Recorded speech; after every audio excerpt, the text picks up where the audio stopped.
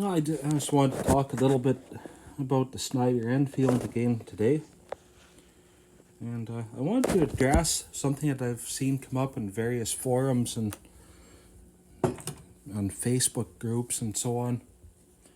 And there seems to be a common misconception that the Sniders were all converted from muzzle loaders that had seen service in, like, say, the Crimean War or the Indian Mutiny, and were quite well used, and then they were brought back and then refurbished and then converted into Sniders. But that's not really the case with the majority of Snider conversions.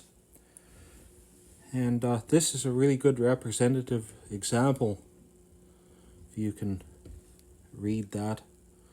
So this is 1864 Enfield. So this started life like this was originally a muzzleloader. So this one here started out life as a P-1853 fourth model. Now, there were 4 different models of the pattern 1853 musket. There was the first model, and then the second model is immediately recognizable. It has springs retaining the barrel bends here, like on the U.S. Springfields. And then they went to the third model. And the third model went back to screw-retained bends. What was it called now? I think it was called a Palmer band. And I have one in my collection, but I should have brought it out here to set it down. I have one of the third models that was converted. They have, it's basically a tab down here and the screw goes through it. Now, those weren't really considered to be desirable, but the third model was the one that saw most of the service in the U.S. Civil War, so everybody wants them. But those bands were kind of a pain in the neck because they had sharp edges on them and they would rip uniforms. So the fourth model introduced this, what's called the Baddeley band. So they're smooth all the way around. You can see there's nothing sharp on there to catch your uniform and tear it. So the difference between the third model and the fourth model, primarily these bands and what they call the side nail cups here. You can see on this one they have rounded edges. The third model and its predecessors had squared side nail cups. So that's a difference. And I believe also, I'm not 100% certain, that some of the third models may have had it as well, but from the fourth models, all generally have a shorter butt. Like they shortened the length of pull for whatever reason was considered to be beneficial at the time. So anyhow, the majority, if not all, of the fourth models made didn't see service as muzzle loaders. They went directly into storage because, as you could see, 1864, this one, the lock is usually about a year ahead of the actual barrel date on these, so I haven't. I would guess that this is probably produced in about 1865. So anyhow, the majority of them just went into storage. They knew that breech loaders were coming about soon. They hadn't decided on a system yet, but trials were already underway to find one. So the fourth models they continued to produce them. They put them directly into storage, and that's where they sat. They were looking for a cheap way to convert muzzle loaders into breech loaders, which they found with the Snider. But that was the intention, that they would be converted, so they just continued to produce them and put them directly into storage. So the overwhelming majority of Sniders that you find are made on these fourth models. They'll be the fourth model P-1853, and in the short rifles they'll be the late pattern 1860 and 1861s. Now, they did convert earlier ones, but not for military use. The earlier conversions would have been converted for like volunteer organizations and civilian rifle clubs and that sort of thing. But the military ones, now, the reason for converting strictly the late ones, you will find also some of the late third patterns converted as well, like dated 1858, 59, thereabouts. And the reason for that is that the late third model and all of the fourth models were interchangeable, and the earlier P-1853s were not interchangeable. So by interchangeable, I mean you could take the lock off of this one, and you can take a London Armoury lock from around the same time. You can interchange the parts of the lock and they'll work. And that's not propaganda either. They actually do. In my experience with Snyders, I've replaced parts, and as long as you have a lock and you obtain lock parts from one of the later models, the parts do indeed interchange with no fuss, and they're really well made. Like the interchangeability is actually pretty good. But the earlier models made before that, like all of the second models, and the first model, and majority of the third models were considered to be non-interchangeable. So in Canada at the time, Canada actually had a whole pile of the old, I think they were third model 1853s. And there seems to be a misconception among some people that we shipped our Enfields back to England and then they were converted to Snyders, but that wasn't the case. There was talk, I think, at one time of doing that, but the consensus was that the ones that we had in Canada were all non-interchangeable types, so it wasn't worth converting them. So, this idea that, oh yeah, my Snider might have been used in the Indian Mutiny and then was converted to a breech loader, and the barrel was already worn out when it was converted into a breech loader. It's just rubbish. It's another one of those myths that you hear sometimes. But like I said, the interchangeability among these is pretty good. So the other difference between the third and the fourth model in the rear sight, they altered the rear sight so that you could lower the ladder down to 500 yards, I think. And you do see occasionally, like I said, some of the later third models converted that have, you can recognize the rear sight on them because the slider goes up higher. And also the front sight on the fourth model was made out of, I think it was cast steel. And the older ones, the front sight was malleable iron. So it's subtle improvements. Nothing really major. Like if from a distance, the only way that you could distinguish them in a photograph is usually by the distinctive bands on the fourth model. But you'll notice most of in I think all the pictures you'll find of say Confederate soldiers in the Civil War and stuff like that, they'll be armed with third models. I don't know that the second model, the fake 1853s made in Nepal, copied the second model with the little spring here to hold the bands.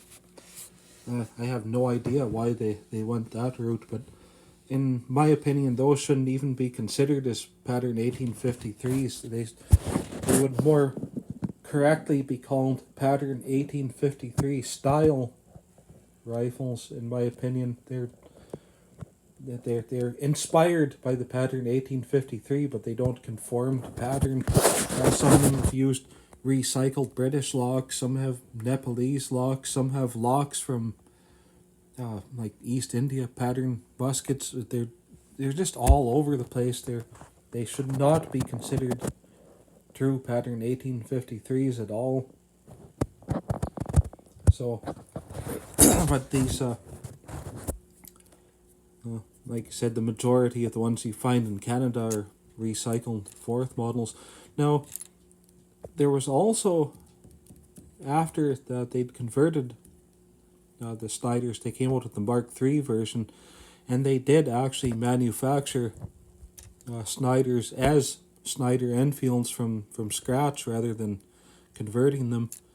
And the 3-band Mark III is a relatively rare rifle. Canada did have a bunch of them, and I think most of those, I believe, were kept in storage and not actually issued. And then when the Riel Rebellion happened in 1885, they finally pulled them out and issued them. Most of those, I think they were purchased and then just basically kept in storage and not really used until there was an emergency. And I think they still had new Snyders in storage until relatively recently, because I remember reading somewhere that the Fort Henry Guard was recently issued some Snyders that had been in storage for forever because they'd worn theirs out. If you ever watch those guys, they have really exaggerated drill where they're really snapping the weapons and clumping them on the ground and stuff like that. It looks really wrong. I mean, it's not their fault. I guess that's the way they're trained to do it. But the Victorian military drill was not done in such a robotic fashion that it was a period where they were stressing practicality and you know, just like you'll see them load the Snider and they drop the thing down with their right arm extended all the way, and they're holding the rifle way down, and it's just it's a whole other subject altogether. But it just this looks really wrong, the really high stepping and everything. But anyhow, I've gone way off track. I just wanted to talk a little bit about some of these myths that you hear. And while we're on that subject too, you know, I think everybody that would be interested in watching this video is familiar with the Parker Hale Enfields. And, you know, I have some of the original ads for those when they came out, and they said they were made using the original tooling. And all the parts are interchangeable with the originals, etc., etc. And now don't get me wrong, the Parker Hale is a really good reproduction. I've had a few of them. I think I had 2 1853s and 2 of the 1861s, which for some reason they call a musketoon. There's no such thing as a musketoon in the British Army. It was an artillery carbine. God knows where they came up with musketoon from for calling, but whatever.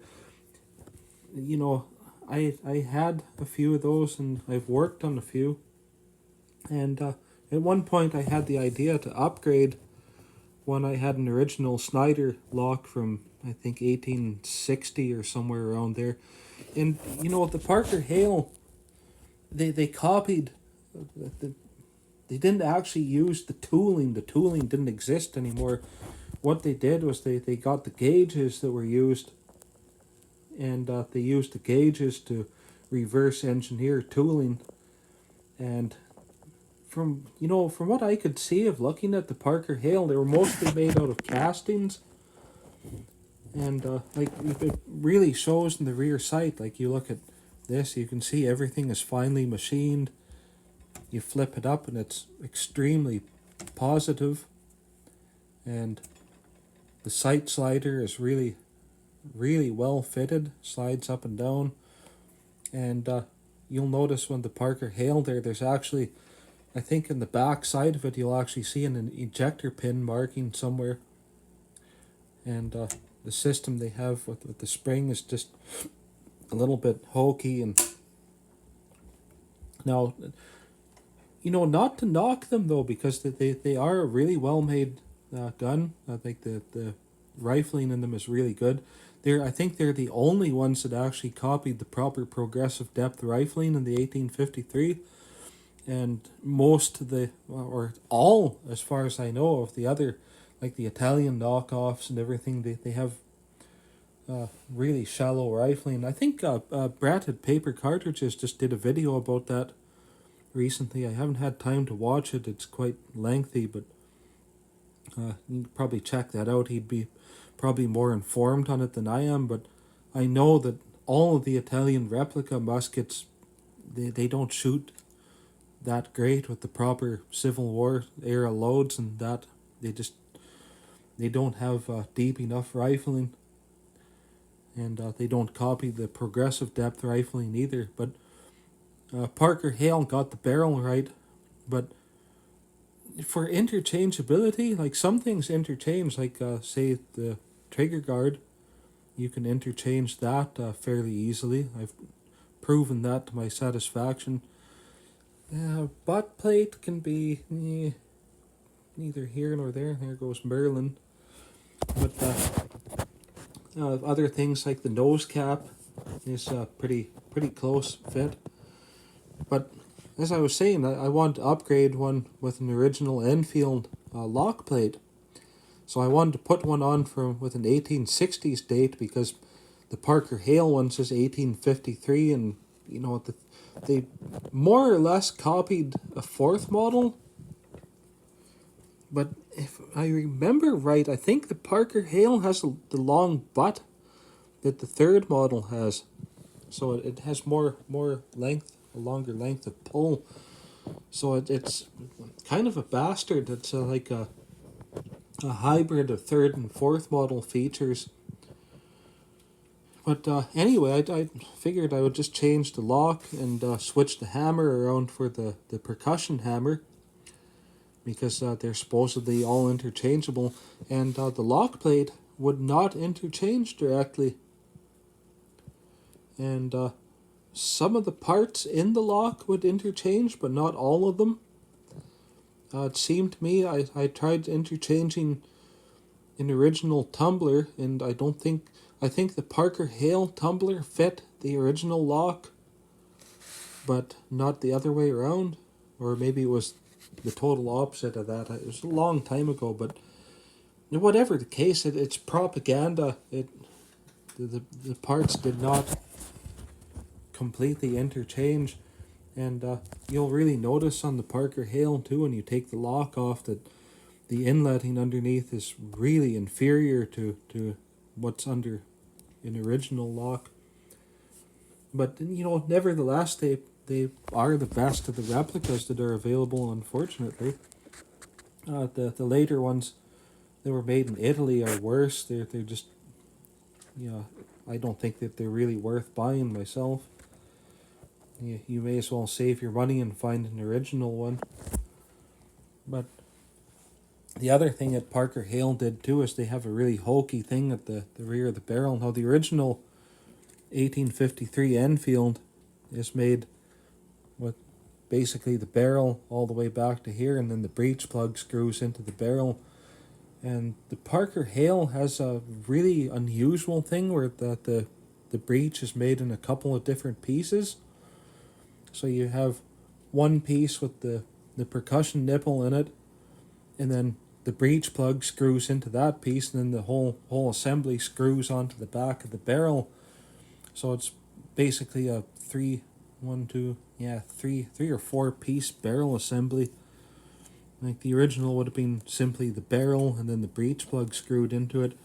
And my first 1861 carbine that I had, someone must have had the idea of taking the breech plug out for cleaning it or something. They probably heard the stories, oh, you have to dismantle it and hot soapy water and whatever. So they pulled the breech plug out, and I guess they got the whole thing sort of botched up, and it didn't screw back together properly, and all the pieces were misaligned. So Yeah, I looked at that, thought, yeah, that's kind of hokey. And I never did shoot that one. I don't think it would have shot very well. But, you know, it Parker Hale made most of their parts out of casting. So the other thing about the Parker Hales too, you'll notice, is that they have really nice color case hardening on the parts, but they put some kind of goofy varnish over that, and you'll quite often see the case coloring will still be there, but they have this hokey varnish covering that's all starting to flake off and looks like hell. And someone told me that the whole barrels and everything are covered in that varnish, because I can't remember where it was there. One of the forts that they have, where they have students go and put uniforms on, do military drill for the crowd. Apparently they all went out partying and left all the muskets standing out and out of doors, and it rained on them. They all went rusty, and they were all Parker Hales. And apparently like all the barrel and everything was all shaggy. They were covered in this varnish. And I noticed that with one of mine too. The varnish was starting to flake on the lock and on the barrel. But you know, they are what they are. I mean, they're still worth buying in my opinion, just because they actually have the proper rifling and they'll shoot the way an original was made to do. And I've heard some people have actually taken Snider actions and put them on them, and made them into breech loaders, which is kind of an interesting job. I don't see why you would need to do that, considering in Canada we have thousands of really good quality Sniders here, so why anybody would want to take a muzzle loader and convert one today is anybody's guess. But well, whatever. And I just wanted to point out too, this really nice original looking sling. These are made by a fellow in England. This goes by Shed Time Leather, and they're absolutely the best quality slings I've found. Apparently Graham, the leather guy in Alberta, makes really good slings as well, but he has a huge backlog right now, so you're probably not going to get anything from him for a while. But if you don't mind ordering from overseas, check out Shed Time Leather. His leather is really nice. I have his slings on 3 or 4 of my rifles now, and I'm nothing but happy with them. Anyway, that's about it for today. Like I said before, if you have any questions or anything about these, just leave me a note in the comments, and I'll try to answer it as best as I can. And hope my 6 or 7 viewers enjoy my video. And we'll talk to you soon.